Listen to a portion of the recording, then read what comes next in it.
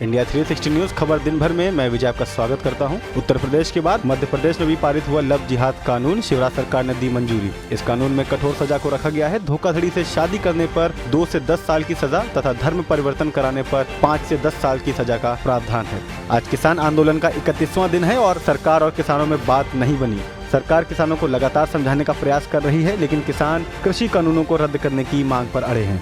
2 दिन की पूर्वोत्तर रैली में असम में देश के गृह मंत्री अमित शाह ने रखी कई योजनाओं की आधारशिला। जम्मू कश्मीर को आज प्रधानमंत्री मोदी ने दी बड़ी सौगात। आज जम्मू कश्मीर में आयुष्मान भारत योजना की हुई शुरुआत। पीएम मोदी ने कहा, आज जम्मू कश्मीर के लिए बड़ा ही ऐतिहासिक दिन है।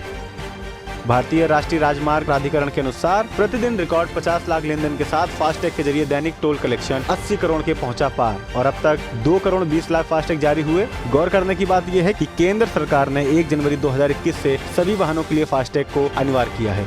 और इसी के साथ कानपुर की बड़ी खबर, ब्रिटेन में कोरोना वायरस के नए रूप मिलने के बाद सभी राज्यों में अलर्ट कर दिया गया है जारी। बीते 15 दिनों में ब्रिटेन से आए लोगों की स्क्रीनिंग शुरू कर दी गई है। जिले में लगभग 122 लोग की लिस्ट मिली है, जिसमें शुक्रवार देर शाम तक 88 लोगों का नमूना कानपुर के GSVM मेडिकल कॉलेज की कोविड लैब जाँच के लिए भेजा गया है। उसमें से 2 ml सैंपल से RT-PCR जाँच की जाएगी। बचे हुए नमूनों को -80 डिग्री तापमान में सुरक्षित रखा जाएगा।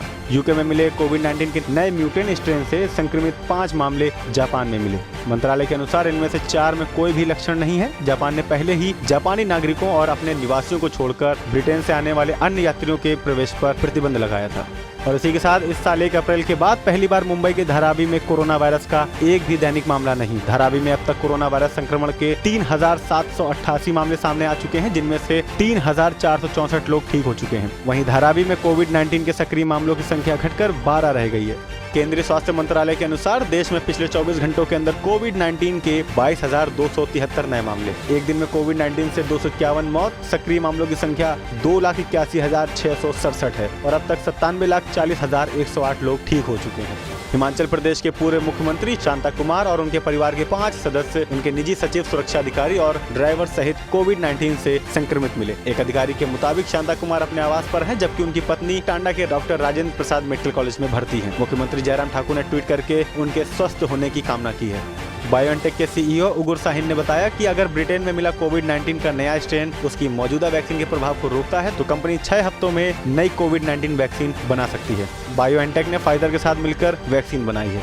और गुरुग्राम जिला स्वास्थ्य विभाग ने शुक्रवार को कहा कि जिले के सरकारी और निजी अस्पतालों के लगभग 35,000 स्वास्थ्य कर्मियों को कोविड-19 वैक्सीन उपलब्ध कराई जाएगी। शासन स्तर से सेवा प्रदाता कंपनी को फटकार लगाए जाने के बाद नई पहल की हुई शुरुआत। अब 108 और 102 एम्बुलेंस की लोकेशन ट्रेस करना होगा आसान। यह सुविधा मोबाइल ऐप के माध्यम से दी जाएगी। कॉल सेंटर पर फोन करने के बाद एम्बुलेंस करीब 15 मिनट के अंदर पहुंचेगी और ऐसा नहीं होने पर आप ऑनलाइन ट्रैकिंग सिस्टम से उसकी लोकेशन जान सकते हैं। अब 2 घंटे में होगा कानपुर से झांसी का सफर। झांसी रेल लाइन के दोहरीकरण को जल्द पूरा करने के निर्देश। इस लाइन के दोहरीकरण का काम 4 साल लेट है। इसे 2018 में ही पूरा होना था, लेकिन अब इसको पूरा कराने का लक्ष्य दिसंबर 2022 रखा गया है। झांसी तक रेलवे लाइन के दोहरीकरण होने से मुंबई पुणे के सफर का समय बचेगा। अभी तक मुंबई जाने में करीब 24 घंटे लगते हैं, लेकिन काम पूरा होने के बाद लगभग 20 घंटे में आप कानपुर से मुंबई जा सकेंगे। और इसी के साथ खेल जगत की बात, भारत ऑस्ट्रेलिया के मध्य आज दूसरा टेस्ट मेलबर्न में खेला गया, जहां ऑस्ट्रेलिया ने टॉस जीतकर बल्लेबाजी का फैसला लिया, जो कि गलत साबित हुआ। मात्र 195 रन बनाकर ऑस्ट्रेलिया की टीम धराशायी हो गई। भारत की तरफ से शानदार गेंदबाजी, बुमराह ने 4, अश्विन ने 3, डेब्यू कर रहे सिराज ने 2 और जडेजा ने 1 विकेट लिया। भारत की पहली पारी की खराब रही शुरुआत, मयंक अग्रवाल 0 पर हुए आउट। आज के दिन का खेल खत्म होने तक भारत ने 36 रन 1 विकेट के नुकसान पर बना लिए हैं। क्रीज पर डेब्यू कर रहे शुभमन गिल 28 रन और चेतेश्वर पुजारा 7 रन बनाकर खेल रहे हैं। बॉलीवुड अभिनेता कार्तिक आर्यन ने बनाया रिकॉर्ड, मात्र 10 दिन में पूरी करी धमाका फिल्म की शूटिंग। आपको बता दें कि ये फिल्म एक सस्पेंस थ्रिलर फिल्म है, जिसमें कार्तिक आर्यन एक जर्नलिस्ट की भूमिका में नजर आएंगे। और इसी के साथ अरशद वारसी ने कहा कि मुन्ना भाई 3 की कहानी पूरी है, बस ये नहीं बता सकते कि फिल्म की शूटिंग की शुरुआत कब होगी। आपको बता दें कि मुन्ना भाई सीरीज की दोनों फिल्मों को दर्शकों ने काफी पसंद किया था। और इसी के साथ कुली नंबर 1 का उड़ा सोशल मीडिया पर मजाक। लोगों ने कहा वरुण ने फिजिक्स के नियम ही बदल दिए। डेटिंग की खबरों के बीच कैटरीना कैफ के घर पहुंचे विक्की कौशल, साथ में सेलिब्रेट किया क्रिसमस।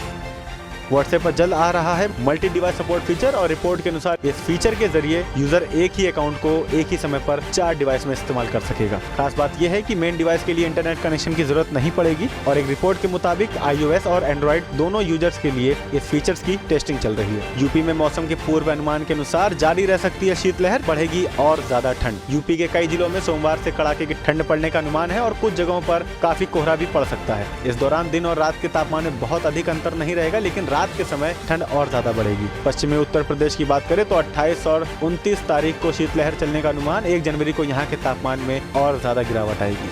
आगे की अपडेट के लिए देखते रहिए इंडिया 360 न्यूज, खबर दिन भर की।